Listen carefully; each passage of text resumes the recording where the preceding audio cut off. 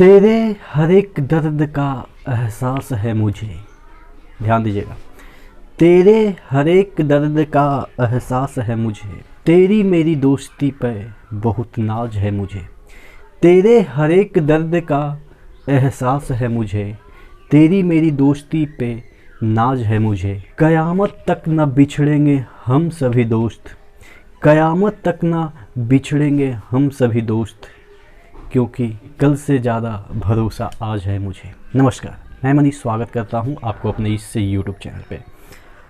दोस्तों, आज अपन बात करने वाले हैं पृथ्वी की आंतरिक बनावट एवं संरचना। ठीक है, ज्योग्राफी में हम अगर पृथ्वी को पढ़ रहे हैं, हमारा पृथ्वी गोल है, एक अज्यूम कर सकते हैं गोल है, हालांकि वो अलग मुद्दा है कि नारंगी टाइप का है।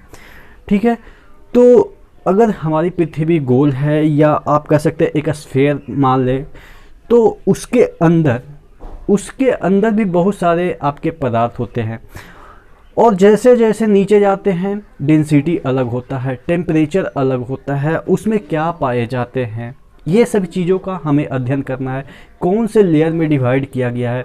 पहले क्या हुआ था कि जब हमारे पृथ्वी के आंतरिक भागों के बारे में हमें जानकारी नहीं मिली थी, तो तरह तरह के अवधारणाएं के थ्रू हम इसको स्टडी कर रहे थे। अब जैसे ही एक विज्ञान आया, सिस्मिक वेव का जो साइंस आया, या आप कह सकते हैं भूकंपीय तरंग का जो विज्ञान आया, उसके थ्रू अपन वेल स्ट्रक्चर्ड पृथ्वी का आप कह सकते हैं स्टडी कर सकते हैं। मतलब कि ये कि पहले जब हम स्टडी करते थे पृथ्वी को कि पृथ्वी के अंदर क्या है, किस तरह की परतें हैं, तो उसमें हम अजूम क्या करते थे, 3 फैक्टर को अजूम करते थे। ठीक है, दाब, घनत्व, तापमान और एक था ज्वालामुखी। इसी फैक्टर के आधार पे हम ये बताते थे पहले कि पृथ्वी का आंतरिक संरचना है वो कैसा है। कहने का मतलब कि अंदर जाएंगे तो तापमान बढ़ेगा, ऐसा हमारा परसेप्शन हुआ करता था। वो अलग बात है कि अभी भी ऐसा ही होता है। हम लोगों ने सोचा कि पृथ्वी के अंदर से ज्वालामुखी निकलती है, तो यानी कि पृथ्वी का अंदर पूरा पिघला हुआ लावा होगा, ये हमने अज्यूम कर लिया। घनत्व की बात करें तो नीचे जाने के दरमियान हमारी जो पृथ्वी है उसकी डेंसिटी बढ़ती है, ये हमने मान लिया। ठीक है, इसी आधार पे पहले अपन इसकी संरचना या आप कह सकते हैं बनावट को पता लगा रहे थे कि हमारी जो पृथ्वी है उसकी संरचना या बनावट कैसी है। ठीक है, अगर हम बात करें दबाव की, तो नीचे जाने के बाद दबाव बढ़ती है। ठीक है, ऐसा शुरू में बताया कि यही सब फैक्टर से हम इसकी संरचना को स्टडी कर रहे थे कि हमारा जो पृथ्वी है वो कैसा है। बात यहाँ तक समझ में आई, लेकिन ये उपयुक्त नहीं है। जैसे ही सिस्मिक साइंस आ गया, यानी कि भूकंपीय तरंग का जो विज्ञान आया, उससे चीज़ें इतना बाइफर्केट हो गई कि एक एक चीज़ों को हम आसानी से अब स्टडी कर सकते हैं कि पृथ्वी जो है उसकी आंतरिक संरचना कैसी दिखती है, कहाँ पे जाके कितनी डेंसिटी हो जाती है, कहाँ पे तरल है, कहाँ पे आपका लिक्विड है। ये सभी चीज़ें जब हम स्टडी कर पाए, जब हमारा ये सिस्मिक साइंस यानी भूकंपीय तरंग के बारे में नॉलेज हो गया, तब जाके हम इसके जो आंतरिक संरचना है उसके एग्जैक्ट बनावट, एग्जैक्ट टेम्परेचर, या मतलब अप्रॉक्स की बात करें, एग्जैक्ट नहीं तो अप्रॉक्स, तो लगभग हम लोग सटीक अनुमान लगा पाए। कब? जब हमें सिस्मिक विज्ञान के बारे में नॉलेज हुआ। ठीक है, तो शुरू में आपके कौन कौन से फैक्टर थे? दबाव थे, घनत्व थे, ज्वालामुखी थे, तापमान। सबसे पहले पृथ्वी की आंतरिक संरचना का पता लगाया इसी फैक्टर के आधार पर। ठीक है, भूकंप विज्ञान के साक्ष्य ने पृथ्वी के आंतरिक संरचना का वैज्ञानिक आधार दिया।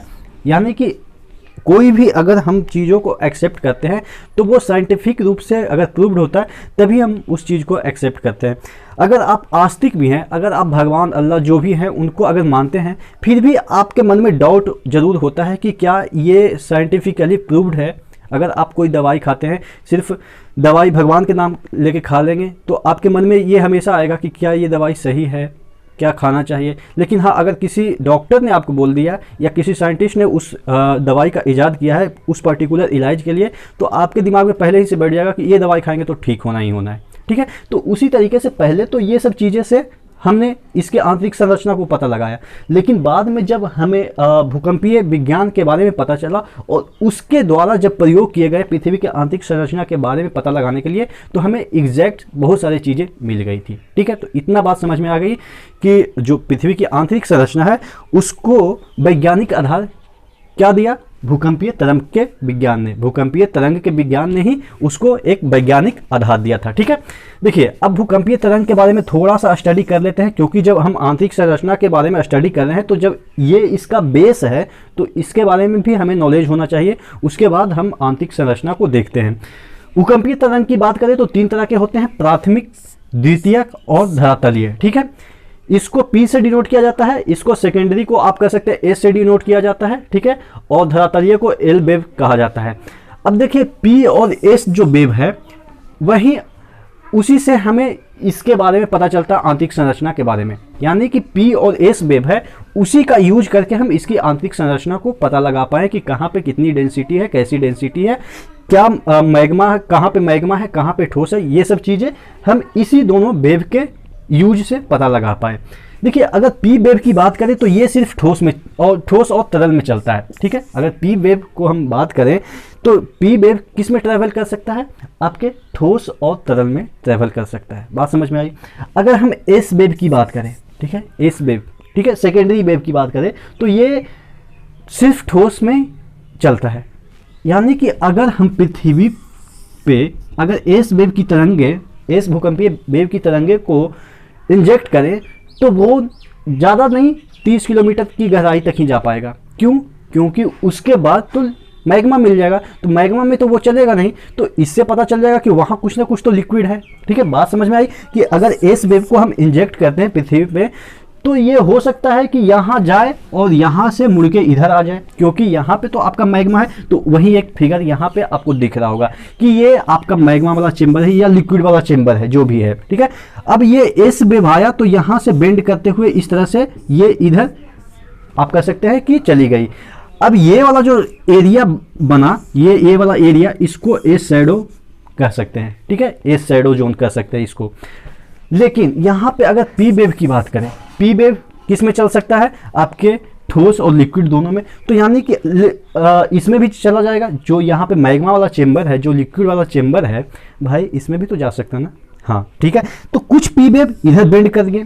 क्यों बेंड कर गए? क्योंकि यहाँ पे एक थर्ड फेनोमेना हो गया कि यहाँ पे डेंसिटी डिफरेंट है और डेंसिटी पे डिपेंड करता है आपका पी वेव का मूवमेंट, या आप कह सकते हैं पी वेव का वेलोसिटी किस पे डिपेंड कर रहा है, डेंसिटी पे। तभी तो ये इस तरह से बेंड कर रहा है। अगर यहाँ पे कुछ और डेंसिटी होगी तो ये थोड़ा सा इधर बेंड कर गया, और कुछ डेंसिटी होगी इधर बेंड कर गया, और कुछ जो पी वेव है वो सामने चले गए। ठीक है, बात समझ में आई। यानी कि अगर हम बात करें कि भूकंपीय तरंगे पी वेव किस पे डिपेंड करती है, उसकी स्पीड, या एस वेव भी, जो पी वेव हो या एस वेव हो, दोनों जो मीडियम है उसकी डेंसिटी पे डिपेंड करता है कि उसकी वेलोसिटी क्या होगी। तो यहाँ पे देखेंगे कि पी वेव इस तरह से अगर यहाँ पे इंजेक्ट किए तो इधर चला गया, इधर चला गया, इधर चला गया, तो यहाँ पे आपका जो एरिया बच गया इसको क्या कहें, पी शैडो जोन कहें। ठीक है, क्योंकि यहाँ पे पी वेव यहाँ पे आप कह सकते हैं नहीं आ रही है। ठीक है, इसकी वजह से ये पी शैडो जोन बना लिया। तो इतनी बात समझ में आई। आपको मैंने भूकंपीय तरंग के बारे में बताया कि कैसे दबाव, घनत्व, ज्वालामुखी और तापमान के बाद हमारे साइंटिस्ट किसको बेस बना लिए, आपके भूकंपीय तरंग को, पृथ्वी के आंतरिक संरचना को पता करने के लिए। ठीक है, यहाँ तक बात समझ में आई। अगर मैंने ये सब वही चीज़ें लिखा है, अगर घनत्व समान हो तो तरंग सीधी चली जाएगी। अगर यहाँ पे पूरा पृथ्वी की जो डेंसिटी है वो एक समान होती तो यहाँ से एस वेव डालें या पी वेव डालें, अगर पी वेव डालें तो ये इस तरह से ऊपर से नीचे चली जाएगी। अब देखिए हमारे जो साइंटिस्ट हैं पी और एस वेव का यूज करके आंतरिक संरचना को कैसे पता लगाएं। अगर हम बात करें पी वेव यहाँ से इंजेक्ट हुआ और यहाँ निकल गया तो इसका मतलब साइंटिस्ट को पता चला कि यहाँ कुछ ना कुछ तो डेंसिटी में गड़बड़ है। ठीक है, यहाँ पे पी वेव आया गया और यहाँ पे निकल गया, और तकरीबन आप कह सकते हैं कि बहुत देर के बाद यहाँ पे निकला, सपोज 20 या 21 मिनट के बाद निकला, तब ये पता लगाएं कि अच्छा इसकी डेंसिटी कुछ और होगी तभी तो इतना टाइम लग रहा होगा, बीच में कुछ और डेंसिटी होगी, ठीक है। तो इस तरह से साइंटिस्ट ये कैलकुलेट करके ये बता पाए कि कहाँ पे लिक्विड है, कहाँ पे सॉलिड है, ठीक है। कोर में भी एक पार्ट सॉलिड होता है, ठीक है। तो वो सब चीज़ें हम आगे डिस्कस करेंगे। तो इतना तो आपको समझ में आ गया कि आपका पी वेव हो या एस वेव हो, उसका यूज करके साइंटिस्ट ने पृथ्वी को 3 मंडल में बांटा, ठीक है, कि इसके 3 परत हैं और उसमें भी 3 में भी 3 एक आप कह सकते हैं उपमंडल में बांटा। जैसे आपको पता है कि पृथ्वी कितने मंडल से बने हैं, 3 मंडल से, इन्होंने बताया पी वेव का या एस वेव का यूज करके बताया, ठीक है। तो कौन कौन से मंडल है, क्रस्ट, मेंटल, कोर, इसी पी वेव और एस वेव का यूज करके इन्होंने बताया। और उसमें भी डिवीजन है। अगर हम बात करें मेंटल का तो मेंटल में भी 2 डिवीजन है। अगर क्रस्ट की बात करें तो क्रस्ट में भी डिवीजन है। अगर कोर की बात करें, कोर में भी उन्होंने डिवीजन किया, यानी कि उपमंडल बताया। जैसे अब हम एक बेल डायग्राम से आपको पृथ्वी के आंतरिक जो संरचना है उसके बारे में बताएंगे कि कहाँ पे क्या है, ट्रांजिशन फेज कहाँ पे है, क्या डेंसिटी है, क्या टेम्परेचर है, किस तरह के प्रश्न बनते हैं, वो सभी चीज़ हम डिस्कस करने वाले हैं, ठीक है। तो सबसे पहले आप देख रहे हैं कि ये जो आपका अर्थ है उसका एक पार्ट आप कह सकते हैं क्रॉस सेक्शनल एरिया ले रखा है मैंने, और इसमें डिफरेंट लेयर बना रखे हैं। सबसे पहले अगर हम बात करें कि जो पृथ्वी है उसको मैंने अभी बताया कि क्रस्ट, मेंटल, कोर, यानी कि अगर हिंदी में बात करें भूपरपट्टी, प्रवाल और अंतरम के बीच में बांटा गया, यानी कि 3 लेयर में बांटा गया है। हालांकि इसके अंदर भी चीज़ें बांटी गई है, उसको अपन देखते हैं।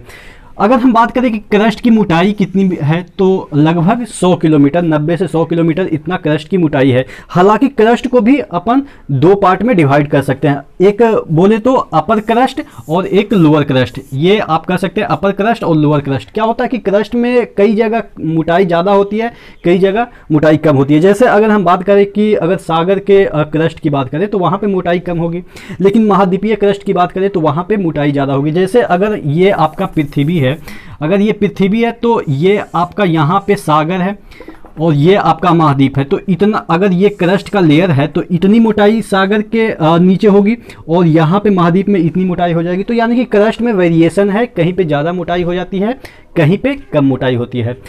अगर हम बात करें कि क्रस्ट की मोटाई मतलब कि क्रस्ट को अगर हम बांटे 2 लेयर में तो यहाँ पे एक अपर क्रस्ट हो गया और ये लोअर क्रस्ट, ये अपर क्रस्ट हो गया और ये लोअर क्रस्ट हो गया।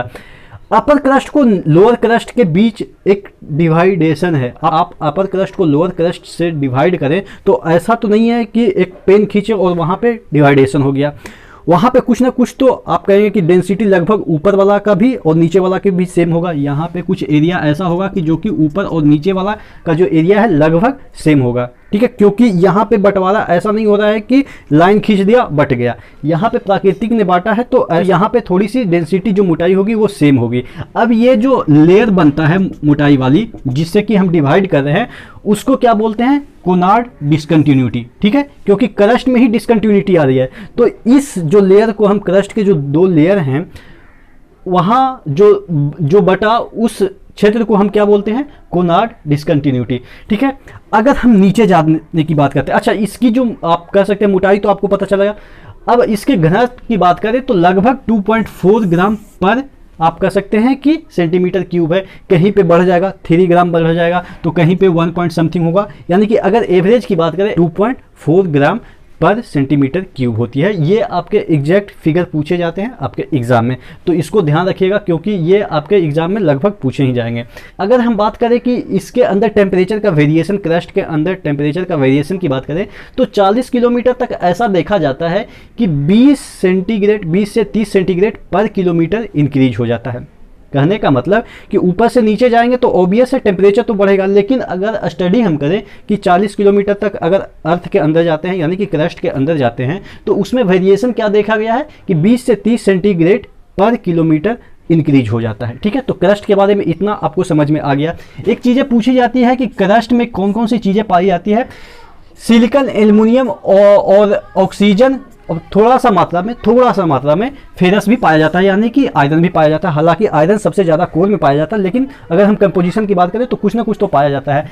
इसी सिलिकॉन और एल्युमिनियम की प्रधानता के कारण इसको क्या बोलते हैं, सियाल। देखिएगा SiAl, ठीक है, सियाल। इसी SI और AL के कारण इस पार्ट को हम क्या बोलते हैं, क्रस्ट को ही सियाल बोलते हैं, ठीक है। और इसको सीमा बोलते हैं, इसको नीफे बोलते हैं, नीफे यानी कि NIFE, ठीक है, नीफे। और इसको सीमा क्यों बोलते हैं, SIMG के कारण इसको सीमा बोलते हैं, जो कि आगे हम पढ़ाते हैं।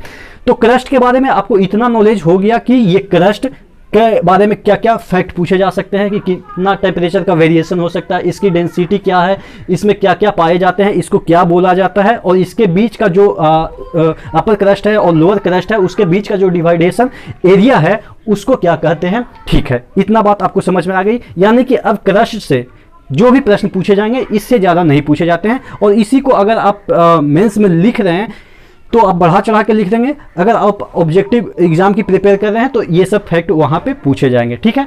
अब बात करते हैं मेंटल की, ठीक है। अब मेंटल जिसको हिंदी में प्रवाद बोलते हैं, अगर हम बात करें इसमें किसकी प्रधानता होती है, तो सिलिकॉन एंड मैग्नीशियम की प्रधानता होती है, जिसकी वजह से इसको सीमा कहते हैं। बात समझ में आई। सीमा क्यों कह रहे हैं, SIM के कारण इसको सीमा कह रहे हैं, ठीक है। MG है, MA नहीं है, ध्यान रखिएगा, मैग्नीशियम है, ठीक है, तो सीमा इसको कहते हैं। अच्छा, इसका देखिएगा जो मेंटल है, मेंटल का आप देखेंगे कि ये तो आपका 100 किलोमीटर तक क्रश हो गया, 100 से लेके 2900 किलोमीटर गहराई तक जाएंगे तो आपका मेंटल हो गया। तो यानी कि आप देखेंगे वॉल्यूम वाइज भी, अगर आप पिक्चर देख रहे होंगे तो वॉल्यूम वाइज भी सबसे बड़ा एरिया है ये मेंटल का। और इसका अगर बात करें वॉल्यूम वाइज तो आपका सबसे बड़ा एरिया है ही, और इसका अगर भार भी करें, मतलब कि अगर बड़ा है तो ऑब्वियस है कुछ ना कुछ तो ज़्यादा ही होगा इसके पास, ठीक है। तो इसका भार भी सबसे ज़्यादा है। अगर पूरे पृथ्वी की भार के बारे में बात करें तो 68% इसका सिर्फ मेंटल ही रखता है। और अगर आयतन की बात करें तो 83% आपका मेंटल है। बात समझ में आई। यानी कि अगर हम बात करें सर्वाधिक भार किसके पास है, मेंटल के पास। अगर तीनों डिवाइडेशन हम पढ़ रहे हैं तो सबसे ज़्यादा भार किसके पास हो गया, मेंटल के पास, और सर्वाधिक आयतन भी आपके मेंटल के पास हो गया। अगर इसके एवरेज डेंसिटी की बात करें तो कितना हो जाता है, 5.52 ग्राम पर सेंटीमीटर क्यूब।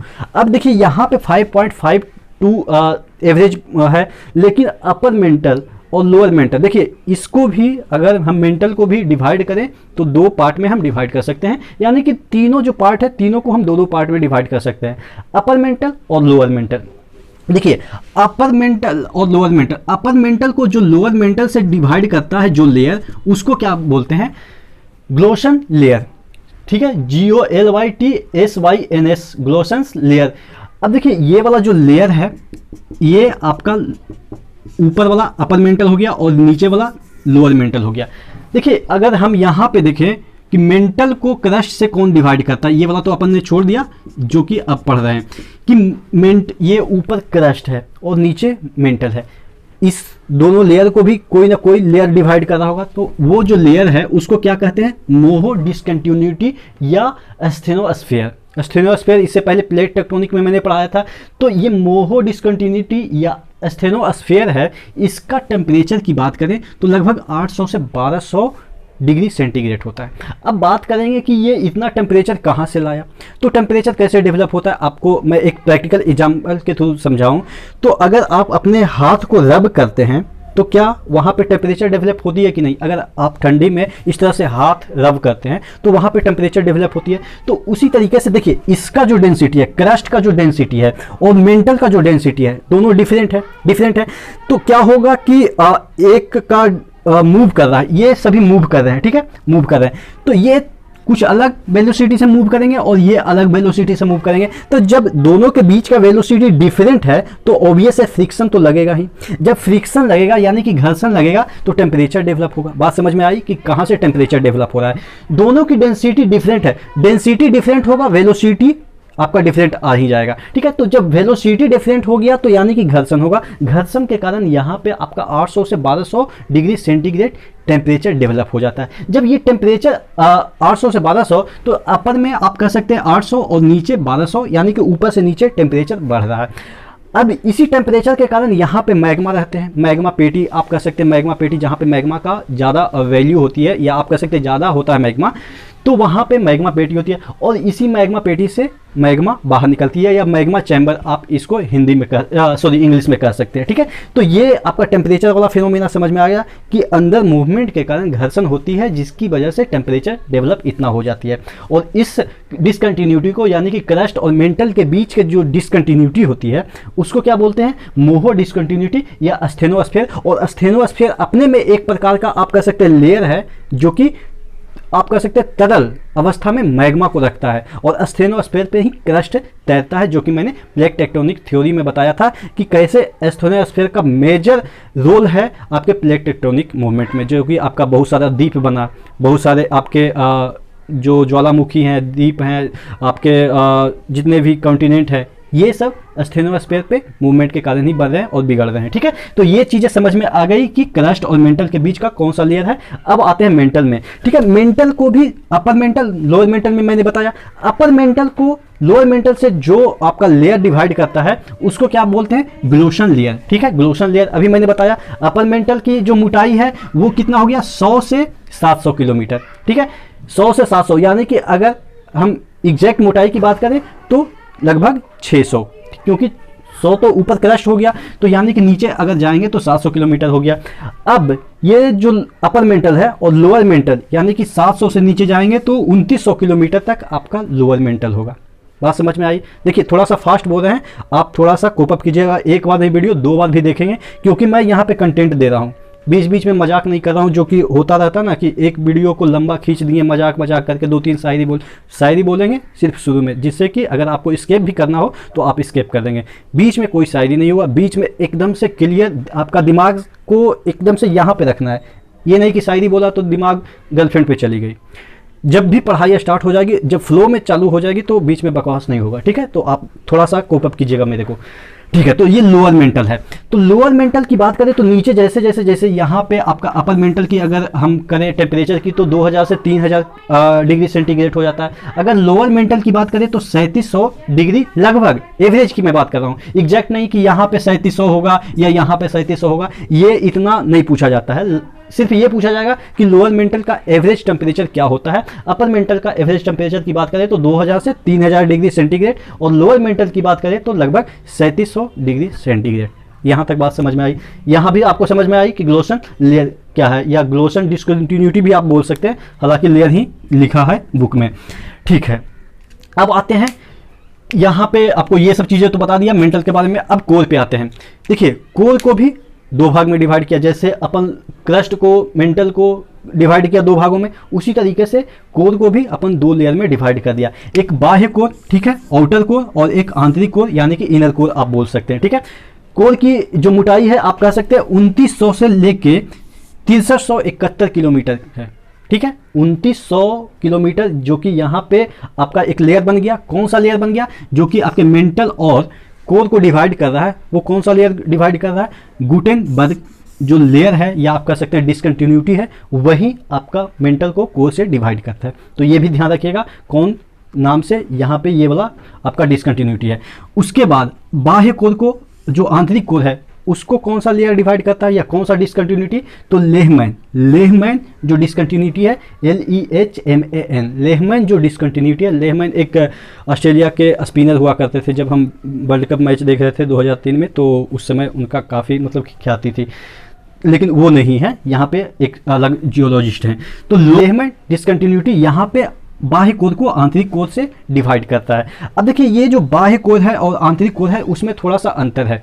जो बाह्य कोर है वो आपका प्लाज्मा स्टेट में, या आप कह सकते हैं कि लिक्विड स्टेट में होता है, लेकिन जो आंतरिक कोर है इतना इस पर प्रेशर होता है कि ये लिक्विड होते हुए भी इसको सॉलिड बोल दिए। हालांकि लिक्विड नहीं होता है, सॉलिड। इतना प्रेशर, अगर आप पानी को इतना प्रेशराइज कर देंगे कि उसके जो कण हैं वो एक दूसरे के इतना पास हो जाएंगे कि वो सॉलिड स्टेट खुद ब खुद बन जाएंगे। तो इसकी वजह से यहाँ पे इतना आप देखेंगे कि कितना नीचे जा रहा है, तो इतना प्रेशर हो जाता है, जिसकी वजह से जो आपका इनर कोर होता है वो आपके सॉलिड अवस्था में हो जाता है, और आउटर कोर आपका तैरता हुआ मैग्मा अवस्था में होता है। बात समझ में आई? ठीक है, अगर टेम्परेचर की बात करें तो यहाँ पे आपका जो टेम्परेचर होता है 4500 डिग्री सेंटीग्रेड। ठीक है, 4500 डिग्री सेंटीग्रेड आपका यहाँ का टेम्परेचर हो जाता है कोर का। ठीक है, अब देखिए यहाँ पे क्या होता है, गुटेनबर्ग डिसकंटिन्यूटी में क्या होता है कि यहाँ पे जियोमैग्नेटिक एनर्जी डेवलप होता है। जियोमैग्नेटिक मतलब, मैग्नेटिक शब्द आपको ध्यान में आ गया होगा। मैग्नेटिक मतलब कि